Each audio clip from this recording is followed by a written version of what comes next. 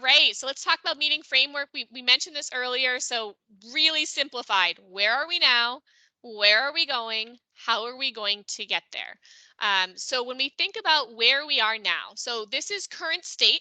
These are trends that you might be seeing in your market, competitors, reviewing stats from previous year or year over year, understanding like this is important too, defining the baseline from a culture standpoint, how your organization is, how your employee happiness is, your client satisfaction, net promoter scores, all that other stuff.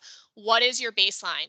Yes, we have small organizations and small teams. It's like we don't really have the data. Like we don't have. That's okay. You can use surveys. You can use subject matter experts on your team, but really understanding what is our baseline. Where are we today?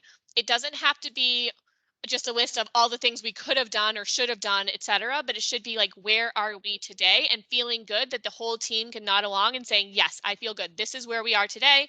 We are defined the current state. Okay. Reaffirming purpose. This goes back to that strategic planning piece of it, but making sure is everyone aligned on vision, mission, and values. This is a great opportunity, especially for organizations that are growing or have a lot of attrition right now, making sure that you use the opportunity of annual planning to really hit home on what the strategic vision and the strategic goals of your organization are. So making sure that your vision is aligned, your mission and your values, and that everyone in your organization is familiar with those and how they roll up to this component. So it's a reaffirming a purpose. This is great for new team members that have joined over the last year that might have done orientation, but really haven't had that opportunity to really see that in play. Where are we going? All right, this is the good stuff, guys. So we always want to think about short-term versus long-term strategic initiatives. So it's great to have strategic initiatives that can be completed in a year. But oftentimes we're having strategic initiatives that are going to span multiple years and cross multiple years. But it's important to have them in play as part of the annual planning, right? Annual planning is not just for work that is going to be completed within that year. It's going to be work that is prepped or dependent on work that is happening in that year. So we are going to be seeing those strategic initiatives, strategic goals, objectives, whatever the way your organization calls them, that span multiple years included in the work that needs to happen. So again, project management hat, right? But it's like, and no one thinks the project is red until you're within a month of go live, right? This is really important that we're doing that prep for those strategic goals every single year and we understand how it rolls up. So defining the purpose and position, this is something I talk and coach a lot of teams on. So what does success look like and feel like and defining it? So when you come back around to this meeting and you're having this annual meeting and you're communicating the results, what is that going to feel like? So one of those kind of feel good exercises that depends on the organization culture, but I sometimes do with them is like, writing a letter to your company a year from now, like what will you have accomplished in that year and what does it feel like? And it's not necessarily specific tactical work that's being completed. It's a little bit more hand waving, feel good, like this is where we will be as a team. So this is where oftentimes cultural impact and leadership messaging can come in really handy.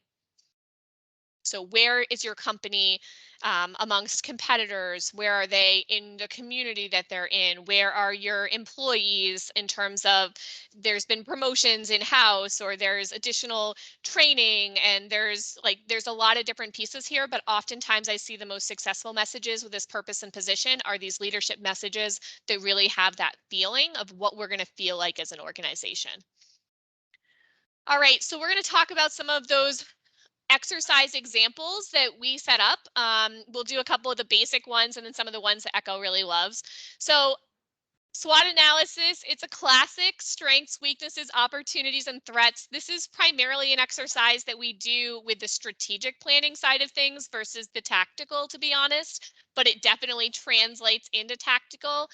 This is a great exercise if you're feeling like, wow, I really don't have the data I need to articulate what my current state is. Like, what are our strengths? What are our weaknesses? What are those pain points? So, doing an employee survey on what are the pain points? What are our opportunities?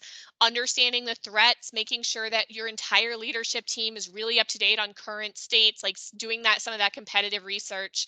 Again, take a breath and be proactive and think about planning. Obviously, these change over time, but annual planning is a great opportunity to really get in the right rhythm of looking at this.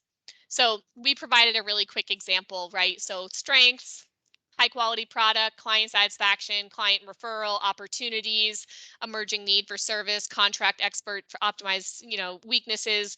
We don't have a great consumer audience, poorly. So this is just an example, very, very high level for SWOT example. There's tons of information online about SWOT. I don't want to spend too much time on that. This is a basic exercise we do with a lot of teams, anywhere down from like a feature specific functional capability, all the way to like strategic planning. So what are we going to start doing in the next year? What are we going to stop doing? What are we going to continue? This fits in really well with retrospectives or lessons learned, and especially can be good for cultural conversations, positioning, again, higher level conversations. So what are we going to start? What are we going to stop? And what are we going to continue? So I actually do a lot of, you can do this whether or not you're virtual or not, but I actually have like note cards and things like that that we use with our team. So you can say, all right, this is one of our processes that we tried out this year, and then you have your team on the line all have to either hold up a stop, start, or continue at the same time. So I just say 3, 2, 1, everyone put it up. It's really interesting to see how different people react, and it forces everyone to put their vote in. So again, stop, start, continue to really get a baseline for your organization on moving forward with new processes.